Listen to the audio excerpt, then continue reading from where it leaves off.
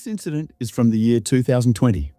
When I went to a deserted cemetery that was 100 years old, what happened to me there is something I have never been able to forget. Whenever I remember that moment, my entire body goes numb. In 2020, I was 17 years old. A little distance from my city, there was a 300-year-old cemetery that had been closed for almost 100 years. That cemetery was located right beside the road, but one very frightening thing about it was widely known. It was said that every night after 12 o'clock, crying sounds could be heard from there. People of the city used to say that anyone who passed by that road after midnight would hear strange crying noises and the sound of footsteps, as if someone were following them. All these stories were very common in our city. In that same city, 3 of us friends lived together. Me, my friend Ramesh, and another friend Vikram. The 3 of us were very close friends and often played together. One day, we were sitting in a park and playing. Just then, 2 or 3 uncles were sitting nearby, talking about that same cemetery. They were saying that if anyone passed near that cemetery after 12 at night, they could hear crying and strange sounds. After hearing them, one of my friends said, "What are these people saying? Is this true? Do crying sounds really come from there at night?"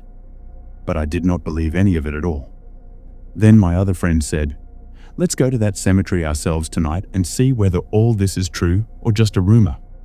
Do crying sounds really come from there at night or not?" Laughing, I said, "What nonsense. Nothing like that happens. These are just rumors made by people. There is nothing there. People only spread fear." Then my friends said to me, "If there is really something there, then spend one night at that place and show us.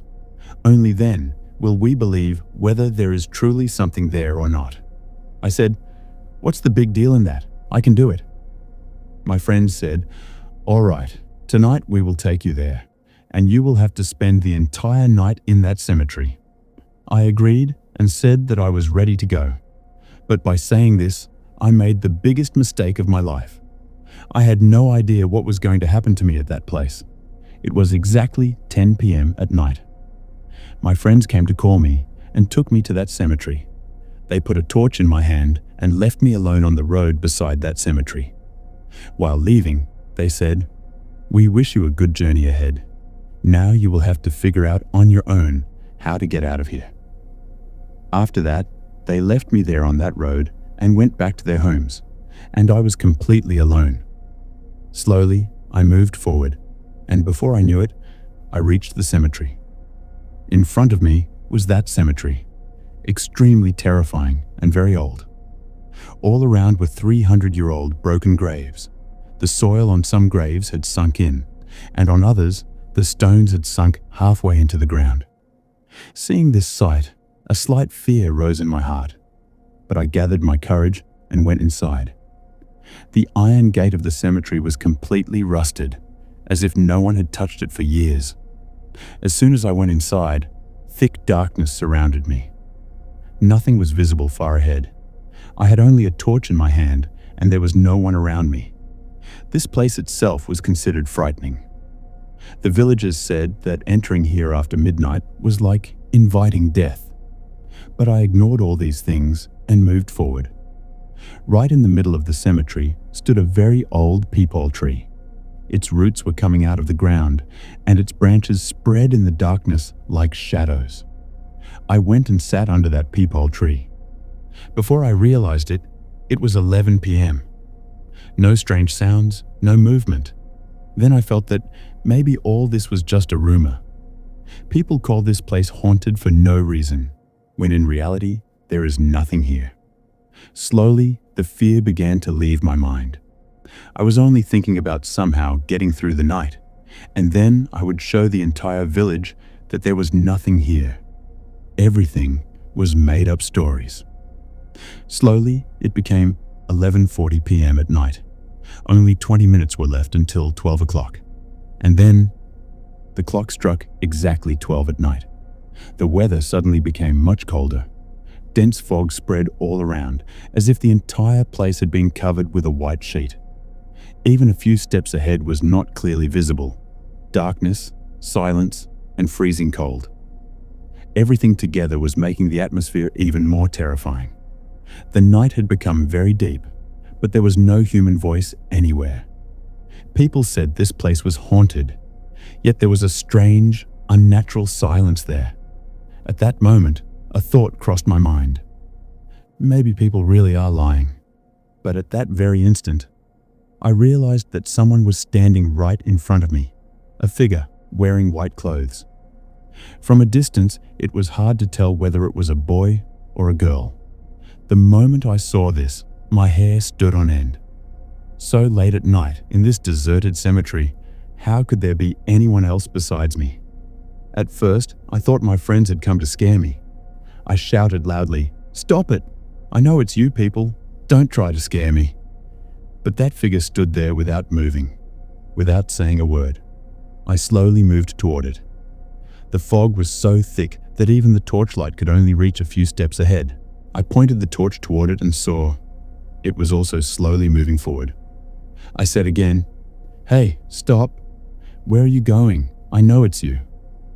But the figure kept moving forward without turning back. And then, suddenly, it vanished right in front of my eyes. I was stunned. All around me, there was only fog, deep silence, and biting cold. My entire body began to tremble. Paralyzed with fear, I couldn't understand anything, and silently went back and sat under that peepole tree.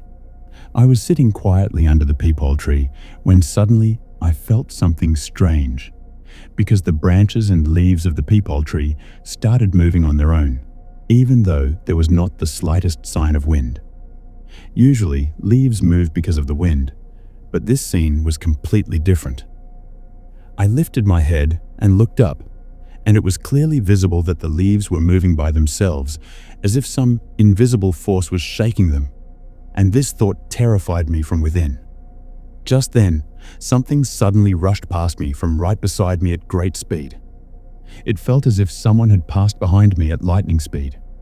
I quickly turned my head and looked back, but there was no one there. At that very moment, the peepole tree started shaking violently again.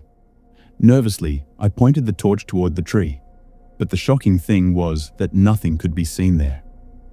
Suddenly, I heard a call from behind me, as if someone was saying in a very slow and terrifying voice, "You have come?"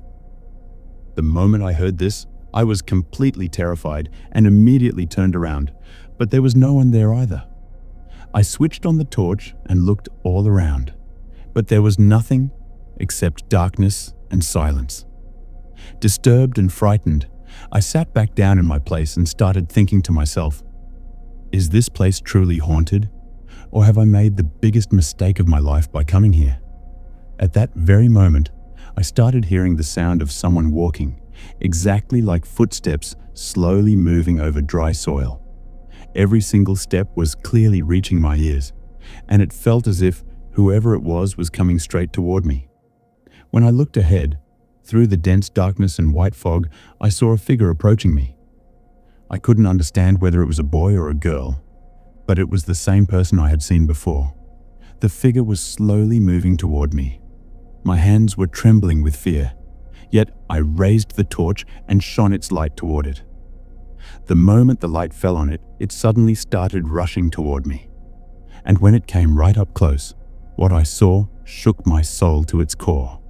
Its face was completely rotten. The flesh on its face was torn and peeling away in places. Its entire body was decayed, with worms crawling all over it. Rotten flesh was melting off its body and dripping onto the ground. Seeing such a horrifying form made every hair on my body stand on end. I ran with all my strength to save my life, deciding in my mind that I would not stay in that place for even a second longer. While running, my foot suddenly sank into a grave. The grave was completely hollow from inside. As soon as my foot went in, a hand came out from inside the grave and grabbed my leg tightly. I started screaming loudly, crying and begging, pleading for it to let go of my leg and allow me to go home. Somehow, using all my strength, I pulled my leg free and managed to escape. I was just about to get out of the cemetery when my foot struck the rusted iron gate, badly cutting my leg. blood began to flow so fast that it would not stop. Writhing in pain, I took off my shirt, tore it, tied it tightly around my leg, and somehow stumbled to the side of the road where I collapsed onto the ground. My eyes were still fixed on the cemetery. That's when I saw the same rotten figure slowly coming out of the cemetery. While walking, it suddenly stopped near the blood flowing beside me. My blood was spread across the ground. It wasn't looking at me, but again and again, it stared at the blood with strange eyes. Then it knelt down and began licking my blood in a horrifying manner. Seeing this, my entire body went numb, and I became completely certain that this was not a human being, but a wandering spirit. Terrified, I ran again to save my life and kept running non-stop for nearly half a kilometer. There was silence all around, not a single person in sight. This road was already infamous. I was running with only one hope in my heart, that maybe I would find someone and my life would be saved. Then I saw that a little distance away, about 50 to 60 people were sitting by the roadside, talking among themselves. Seeing them, a ray of hope rose within me, and I felt that maybe my life could be saved now. Although my leg was badly injured and blood was continuously flowing, I somehow staggered and reached them. In a trembling voice, I asked them to please help me, saying that a terrifying person was chasing me and that my leg was badly cut. But the moment I said this, all the people sitting there fell silent at once. No one moved. No one spoke. Their silence began to terrify me even more. Slowly, all of them turned their heads toward me together. And then I saw all of their eyes were exactly the same, black and empty. There was no expression on their faces. There wasn't even the sound of breathing. At that very moment, I realized that the people I was asking for help from, they were not human either. And then, from among them, a voice echoed, "You cannot leave this place."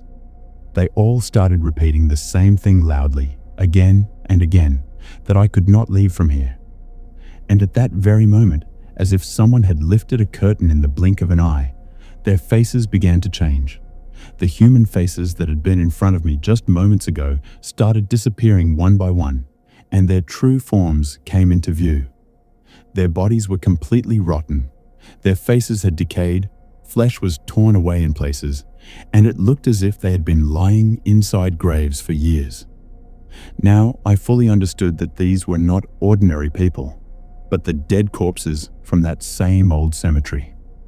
Seeing them, only one thought kept spinning in my mind, that I would get no help anywhere, and if I wanted to survive, I would have to escape from here alone. I started running with all my strength to save my life. While running, I had already covered almost a kilometer.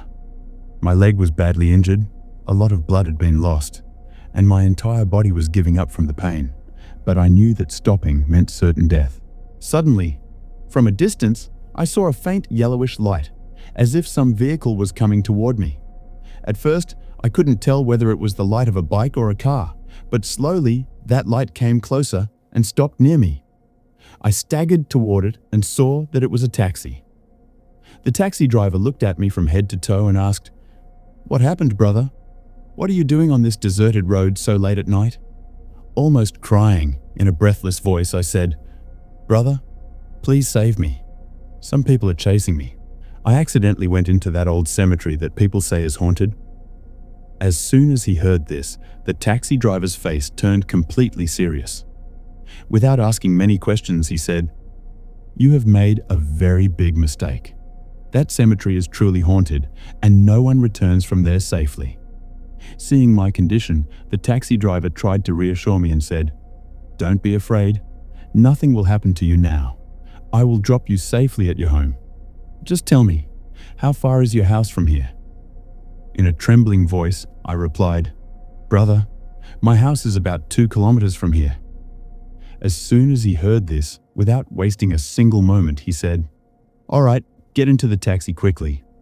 I immediately got into the taxi. After that, he reversed the vehicle and turned toward a route that was a shortcut leading to my house. That road was also deserted and drowned in darkness. but it felt completely different from the terrifying cemetery road and much safer. Even then, my heartbeat refused to slow down.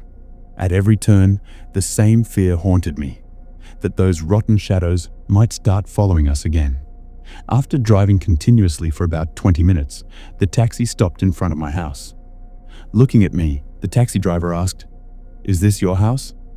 Taking a deep breath, I said, "Yes, brother, this is my house." As soon as I stepped out of the taxi, the driver looked at me with serious, warning-filled eyes and said, "The mistake you made today, never repeat it in your life. Going on that road after midnight is forbidden. Even after knowing all this, you still went there. Thank God that I reached there at the right time. Otherwise, surviving tonight would have been impossible for you." Hearing his words, my entire body shivered. I thanked him from my heart, and at that very moment, swore that I would never go toward that road again. From that day onward, I completely stopped going on the road where that old cemetery was located. Even today, if I have to go somewhere, no matter how long a route I have to take, I do not even turn my face toward that side. That night was the biggest mistake of my life, which I made by listening to my friends. Even today, whenever I remember that night, my entire body goes numb. My heart starts pounding loudly, and goosebumps rise on their own. Again and again I think, if only I had not gone there that day, if only I had not made that mistake, then maybe none of this would have ever happened to me. After that incident, I have become completely certain that ghosts and spirits do not exist only in stories. There are some things that exist right around us. Things we cannot see, but whose presence we can feel deep within our soul. And that feeling, even today, terrifies me from the inside. And yes, if you have ever experienced any scary journey or incident, you can share it with us. If you also want to share something with us, then type your story in the comment box and send it to us. Thank you for watching the video.